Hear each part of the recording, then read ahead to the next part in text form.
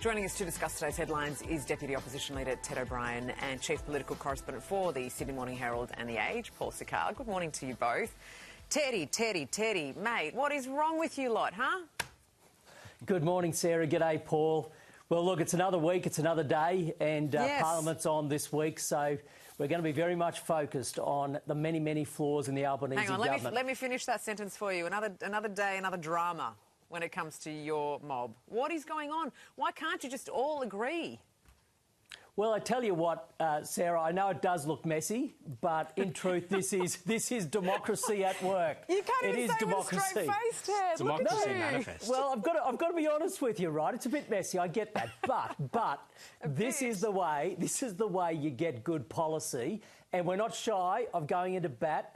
And debating policy, and that's really what you're seeing here. That's what it's all about. I'm not sure that's what it is. It just sounds as though you guys can't agree on anything. Paul, what do you make of it all? Let's step away for a sec. You should just make that your pro forma question to Liberal MPs at the moment, Sarah. What's going on? It's true. It's messy. I mean, as James Patterson, a frontbencher, said on Sunday, you'd expect after the worst loss in 80 years to have a period of soul-searching. There are people who have very strong views about what went wrong, and there are people who have very strong views about what needs to be done next. So some bloodletting is expected, but as James said, this can't go on forever. This is an important sitting week. There's an under-pressure Minister, Annika Wells, who the Coalition could pounce on. And if this continues about halfway through the term, maybe into the final year of the term, that hugely compromises the election. So they've got to get the show on the road. Well, this is the issue, Ted. You're getting no traction at all because there are some policies that you can absolutely poke holes in when it comes to the government, and you're sitting back and just this infighting means you don't have your eyes on the prize, and the Labor Party, the government, is just kicking back. I mean, they can do whatever they want at the moment because you guys can't even sort your own house out. Well, Sarah, and that's what this week is all about, and that's holding the government to account. But why is it taking this long? Well, actually, it hasn't. I mean, we are absolutely trying to keep the pressure on the government. But we've got two jobs to do. One is to hold the government to account. That's what we're going to be doing this week. But secondly, it's formulating our own policy. And our policies are up for review. And we have suffered a pretty severe loss at the election. And so you do have this time where you need to battle the ideas out. So that's really what's going on. But I can tell you, this week we are absolutely focused on a bad government, which is making a lot of very bad decisions on the run. It pains me to say this, but how long do you think Susan Lee has as the Leader of the Opposition? I think she has Leader of the Opposition up until the next election when she'll become the Prime Minister. What about Andrew Hastie? Andrew Hastie, I think, has made his decision that he thinks he can make a bigger and better contribution from the backbench. That's his call, Sarah. Do you have and I'm faith sure in he that will. call? Well, I have faith in him, as I have faith in all my colleagues.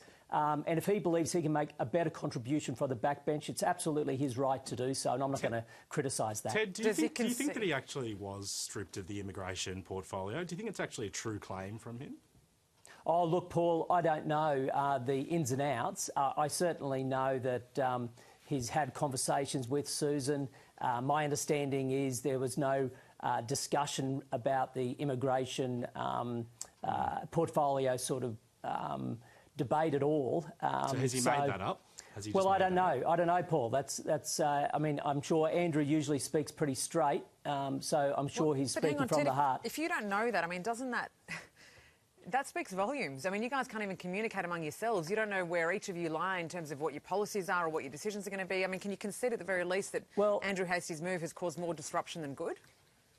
Well, Sarah, time will tell. Again, if he can make a better contribution for the backbench, then that's totally fair enough. But, you know, it's not for each individual to be understanding the conversations of others within the party. You know, if the leader has a conversation with one of her team, well, that's a conversation between them. So, you know, I have no more sort of commentary to add to it, but I recognise that, you know, the media are interested, but what we're interested in is the Albanese government and Australians becoming poorer by the day as a result of them. Is Peter Dutton right? Did Andrew Hastie, was he the reason that you guys capitulated so badly at the last election?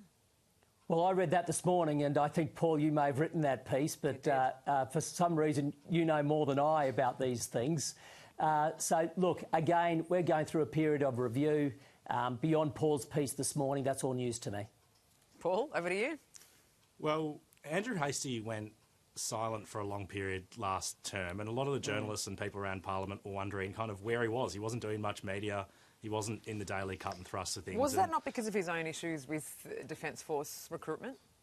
Well, that was towards the end of the election. That's right. That was a separate issue. But just during the whole term, he was a bit out of action, and people have been wondering why that was. And it turns out that he and Peter Dutton had quite a significant drifting apart. There was mistrust between the officers. There was a sense that Hastie was acting as a stalking horse, and there were disagreements over Ben Roberts-Smith. And according to Dutton and his submissions to the party election review, Andrew Hastie just decided to go on strike because he got jack of it and really refused to do work. Andrew Hastie strongly denies that, but it just shows how much tension there is within the party at the moment. All right, well, just very quickly, Paul, because as Teddy's just conceded, you seem to know more about his own party than he does. How long do you give Susan Lee and is Andrew Hastie her replacement? Well, interestingly, despite all the turbulence over the last week with Andrew Hastie, Susan Lee's numbers are solid. The right faction, which is not Susan Lee's group, is actually fractured between two candidates. Andrew Hastie only worsens that. So in the interim, Susan Lee's position is solidified on the numbers, but she looks weak because the party's fracturing underneath her, and that can only last for so long. But at least for the next period of time, Susan Lee is safe and, according to most of her colleagues, doing a decent job. See what happened, Ted? We spent this whole time talking about your party. We didn't get to policy, and we didn't even give you time to brag about the Broncos. Sadly, we're out of time. Well, Thank you go the both so Broncos. much for joining us this morning. Go Storm. Really appreciate it.